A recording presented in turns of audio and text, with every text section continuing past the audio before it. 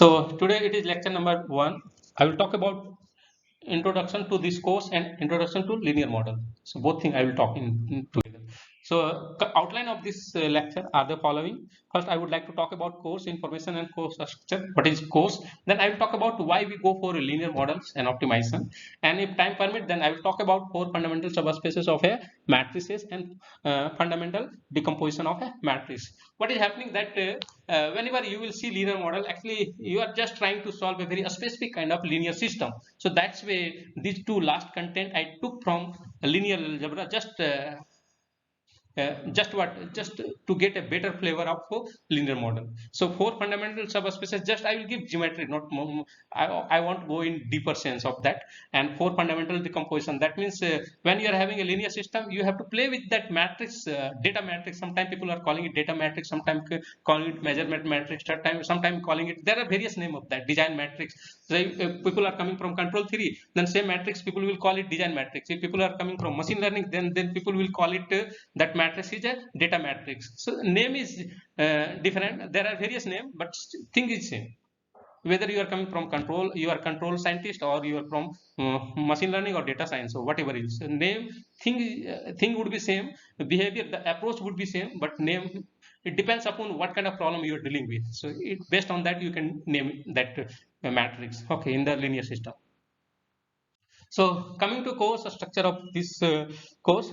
So here objective are, these are the objectives. So simply these are many, there are many, you will see that remarkable progress in engineering and science using computational technique, that will come from not probability only. Here many more things will come here. Linear mode, I put it here, linear models. Okay, here sometime you will see that same kind of sentence, but things are that I try to make unification of courses. So concept are coming from different courses, but things I try to put in unified way. So objective of this course, it would be two-folded. First one is to develop a solid understanding of linear models. What is linear model? How it is coming, and what are the computational power of that linear model? How much things we can do with that linear model? What kind of problem we can solve? So that understanding we have to develop. First one. Second one is that study the new result with applications. So many new result, right? This day I think you might have already taken one course in machine learning. So there you will see that one kernel technique. Kernel technique is very important in sense that to capture the nonlinearity. So if things are linear in lower dimension, if you try to see the data, you try to do a scatter plot of those data, what you will observe that there is a nonlinear structure. So if due to nonlinearity, you will face a lot of problem. What do? You apply some kind of kernel technique that will project the data in higher dimension, and there in a higher dimensional form you will observe linear structure.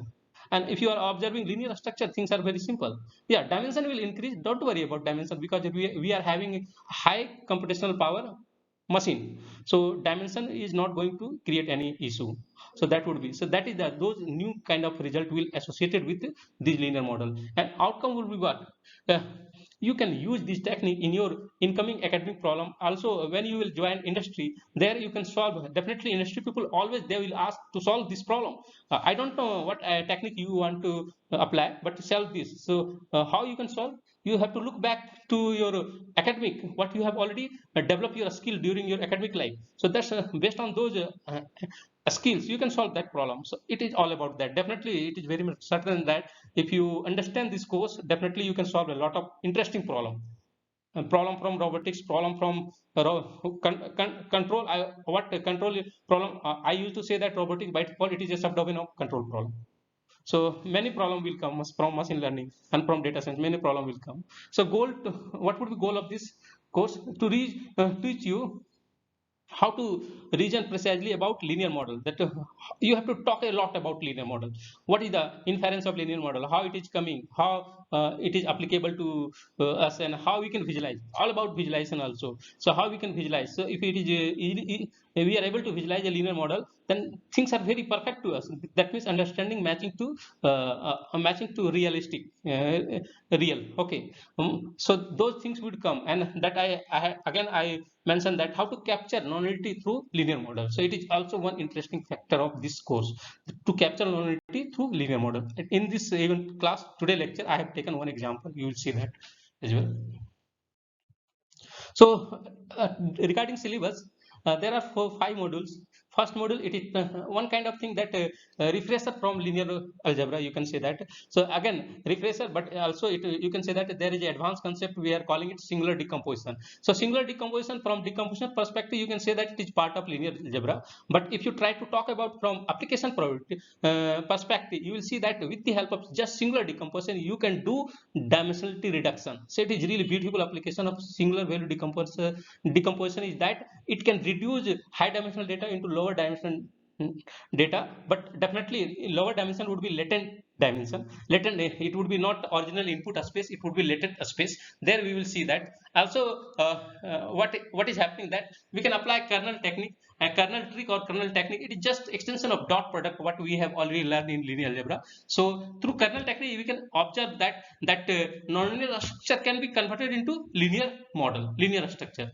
So that kernel technique is very interesting, and you know, if you try to do kernel and same kind of computation from layman approach, then it is time taking. But if you do from kernel technique, what will happen, it will save time, your computation is very less. That it is just what kind of dot product, one kind of just extension of dot product, you are doing something with dot product, all about that. So through that you will see that very interesting kind of transformation of linear structure to linear structure, non-linear structure to linear. So those kind of things we will discuss in module 1. Okay. When we come to module 2, again here in module 2 I will talk about univariate linear model. That means two simple linear model will come. One will be simple linear regression, very as a starting phase, just flavor. Another would be multiple linear model. Multiple in simple linear model. Simple is just means that there is only one regressor, and multiple linear model means there are more than one or two regressor.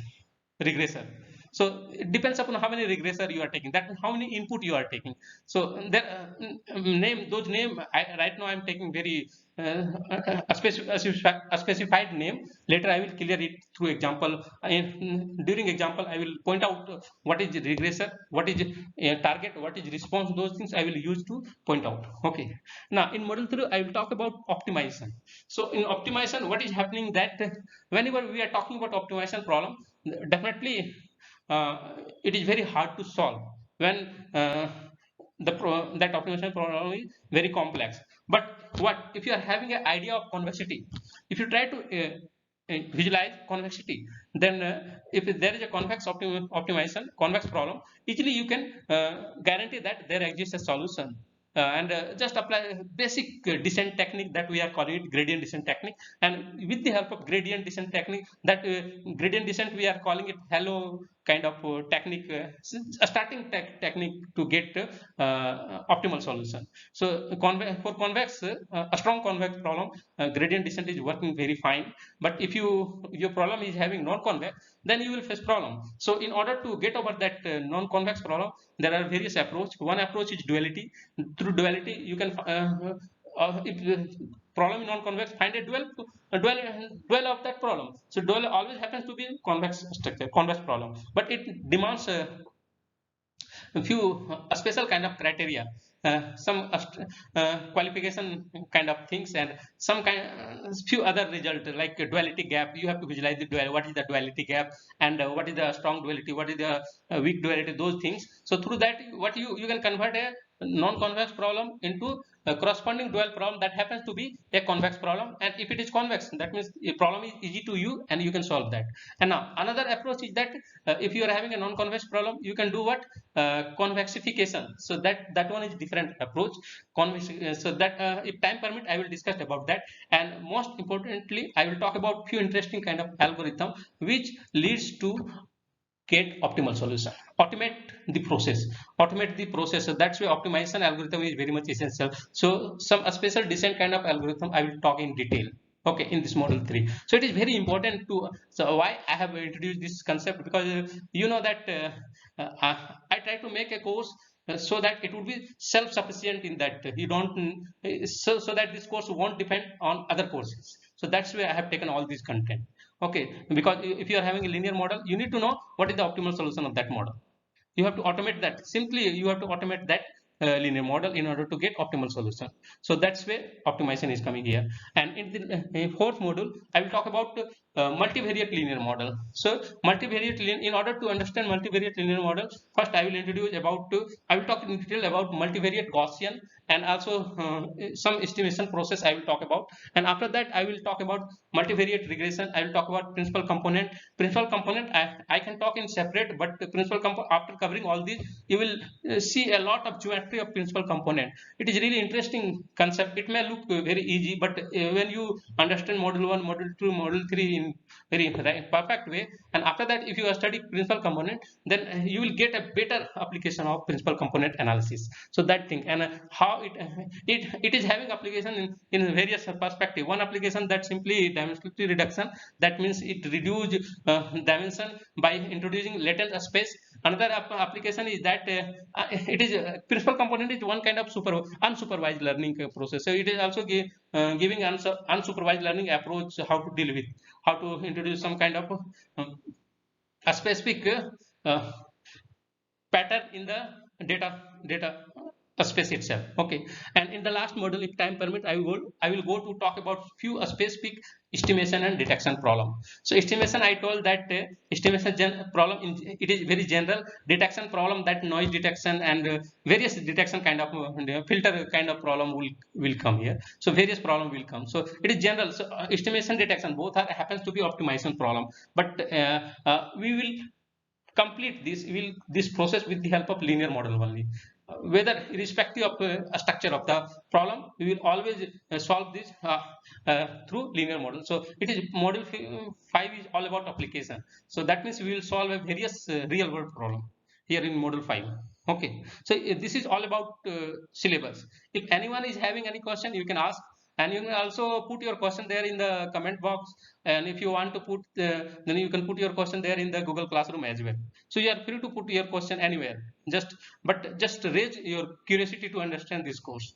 And whatever problem, whatever doubt you may have, just you can ask your doubt at any time, anywhere. Okay, whether in Google Classroom or comment box. So am I audible further? Okay, fine.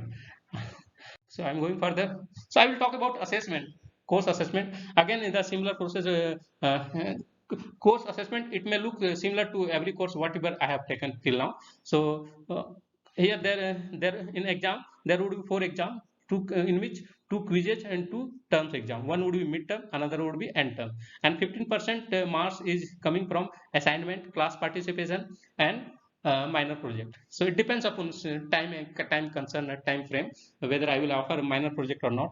And 20% it will come from quizzes, that there would be 2 quiz, one quiz 1 syllabus. It cover lectures before the date of quiz 1. Okay, and syllabus for quiz 2 is the lecture covered after midterm and just before the date of quiz 2. So quiz 2 will come between midterm and end term, and 25% mark it is coming from midterm. And syllabus is what? Syllabus is lecture covered just before the date of midterm, and 40% marks is dedicated to end term, where what is syllabus here, 30% will cover the syllabus is like that, lectures cover just before the date of midterm, and 70% from the lecture cover after midterm till end term. Okay, so like I have everything is explicit here, you can see that. So I will strictly follow all these. It might be tentative, but strictly I will try to follow this one. Apart from that, I will time to time I will assign assignment and homework, and that you have to submit within a week and with a deadline. So I will keep on, all these are process of assessment, so you have to participate in all these assessment and be fair in these assessment, because everything is online and recorded version. So that's why be fair, try to be fair and participate in every assessment process. Okay. Regarding references, so whatever lecture note I will provide, that would be sufficient. But if you someone want to go deeper, then you may look one interesting textbook from Mueller, that linear model theory. It is really interesting book. You can look into this book as well. And if you try to see further book, there are many other book also, you can Google out, you can see that. Further, if you want to see, then you can look into generalized linear model. It is what generalized linear model, it is also covering logistic regression and other model as well. So that's why, but just what is happening in generalized linear model, it just try to find out where is linear pattern. So such kind of a structure, if you are able to find, and then simply those will be termed as generalized linear model. Whether irrespective or irrespective of having nonlinear structure, just find out the main argument. If it happens to be linear structure, you can convert that nonlinear model into linear, and it will be termed as generalized linear model. And there are many other book also, you can see that. Yeah. Okay, so coming to prerequisite, so I will try to make this course as self-contained and self-sufficient. I will try to make as much as possible. But if you may, if you want to really understand in a from application point of view, I I expect that you should have working knowledge of the following courses, like matrix theory or matrix decomposition, quadratic form, all these from linear algebra. Then calculus, from calculus, just recall uh, gradient and Hessian, and the way you calculate gradient and Hessian. That means what is meaning that you need to visualize those gradient and Hessian. What are those things, and what is the geometry of gradient? What is the geometry of Hessian? And also you need to visualize Taylor's expansion. If you understand, if you try to find who is the best person who has written a very good book in deep learning, then Ian Goodfellow, you can find it out. He might be with Facebook, or he might be with Google or some. He is a very but pioneer person in this field. His a strong point is that he is really visualizing Taylor's theorem in really better way. Every Taylor's theorem, he is the best person. If you try to follow him, he will come to know how much important Taylor's theorem is having. Taylor's expansion is having. He has visualized every bit of Taylor's theorem. So that's why I have mentioned it here. It is yeah, classical result, but it is having very important role in machine learning and control problem. And further, if you talk about probability, definitely it will come. Large sample theory will come, because you are dealing with data, so large sample theory will come. And also, once you are having an optimal model, using that model, you need to infer. So that's where you need to know, you need to recall statistical inference as well. Okay. Apart from that, I will try to implement these models in Python. So you should have algorithmic knowledge and programming. That Python, generally Python, R is very much suitable for this course. Someone willing to go for R, you're welcome. You can go for R, but Python is very interactive in sense. Also, it is object oriented, giving opportunity to object oriented program as well. So that's where I would like to suggest go for Python. Python would be generally. I will talk about coding in case of what implementation. So definitely in tutorial class I will talk about those kind of things. Okay, so practice Python as well and recall those things. Till now things are fine. Am I audible? Okay. Yeah, one mail I got it regarding course timetable. I have already uh, mentioned all the classroom timetable there in Google Classroom. I told that now everything, every information would be there in the Google Classroom. Keep on visiting that Google Classroom. Definitely you will get, there is a special dedication section for course instruction, course information. So there you will get every information there. Then if you try to find lecture notes, there in course there is one content, that name is course content. In content you can get all the lecture note and other things. So everything I have already dedicated those things there in Google Classroom, so you can find it. So class schedule is that I will take class on Monday, Tuesday it would be, I think, a tutorial class, and Thursday and Friday. So timing is already mentioned here. And my name is Dr. Lakshman Mahato. Okay, and my official email is lakshman@IITDWD.ac.in, and personal email is lm.optlearning@gmail.com. Okay, and homepage you can visit it out regarding, if you want to know something more about my work and other things teaching, then you can visit my homepage as well. Now coming to why linear models. Okay, so here few things I will talk. Just few things. So actually, if you try to collect in hand, that means input is your data is coming as input. So in your hand you are having data, so through that data you can make a data space. So in data space if you try to do so how you can visualize data in data space. So very simple technique from statistic is that you can do a scatter plot. So do a scatter plot. So don't worry that only we can visualize 2D data. We get, in a scatter plot, multiple variable you can multiple variant you can see in the a scatter plot. So the you need to understand. Otherwise, I will send a code how to visualize multivariate data in a scatter plot. So in just try to visualize in a scatter plot. So in a scatter plot, you will see that if try to correlate response and regressor, and you can say that simply input and output in general sense, if you call it input and output, and if you try to correlate input and output, here input generally happens to be depends upon situation, it may be large in number, so that is deciding dimension, that will dimension of the problem, and response happens to be either it would be one variant, univariant, or multivariant, depends upon situation, what kind of problem there is.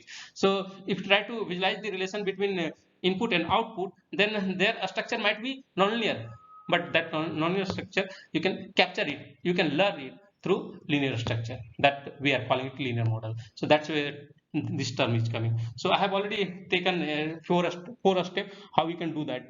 Just it is inspired from linear regression, but don't worry that it is only applicable to linear regression. You can generalize it to other model as well. Okay, so in a step one, we are doing, just very simple case, we are having a data set with a single regression, that xi single that only simple regression, what we are calling it. So xi is a regressor, and a sample size is, it suppose we are taking m number of points, and yi is response, xi is regressor. Okay, so this is the data set, m number of data set we are having. Now next is what we need to introduce a model structure. So there would be two structure.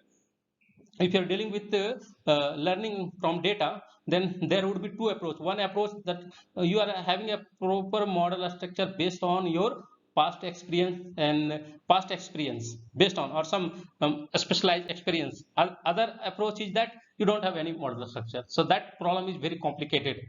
That the problem will be converted into semi-definite program. So that one is part of convex optimization.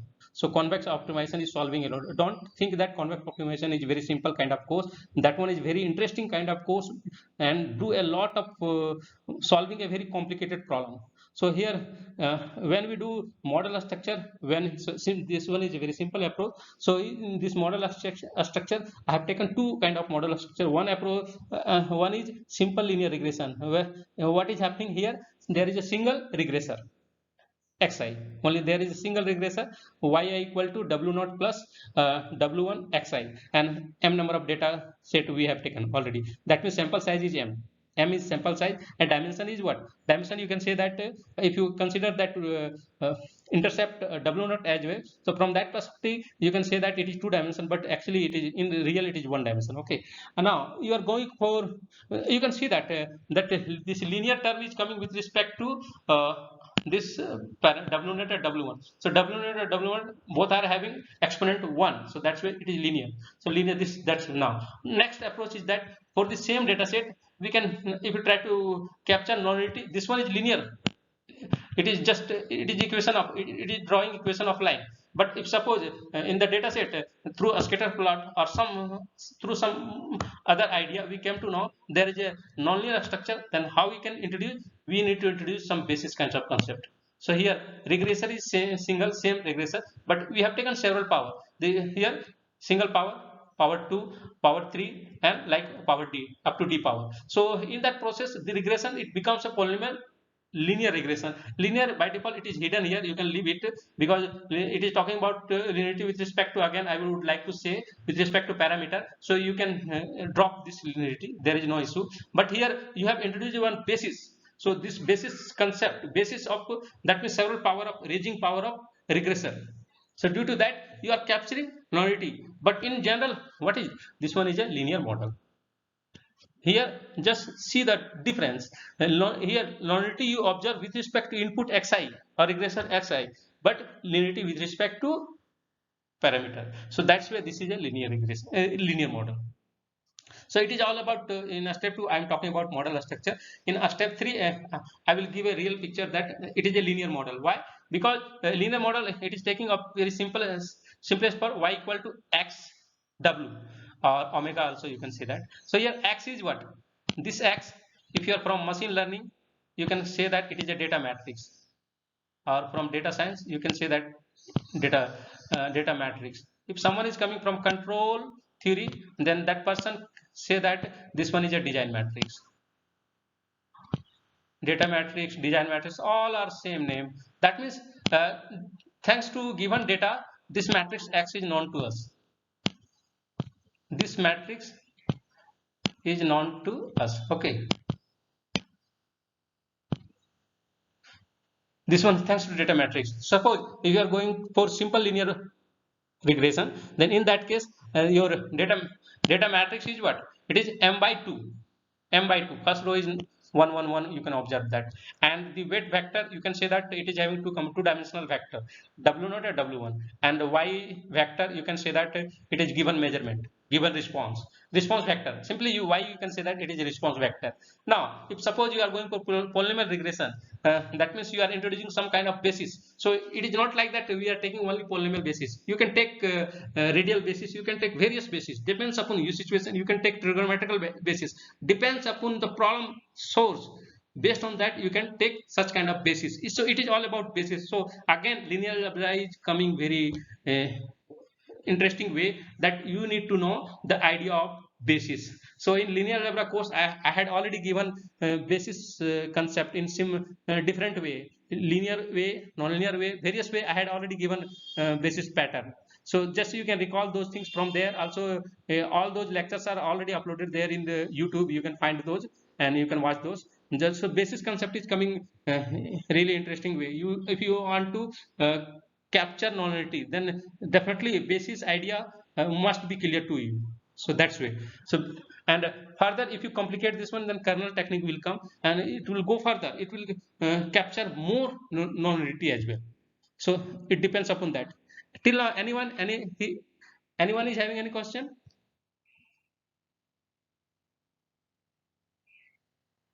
Okay, fine. So all these are just introduction. Don't worry about the complexity of these things.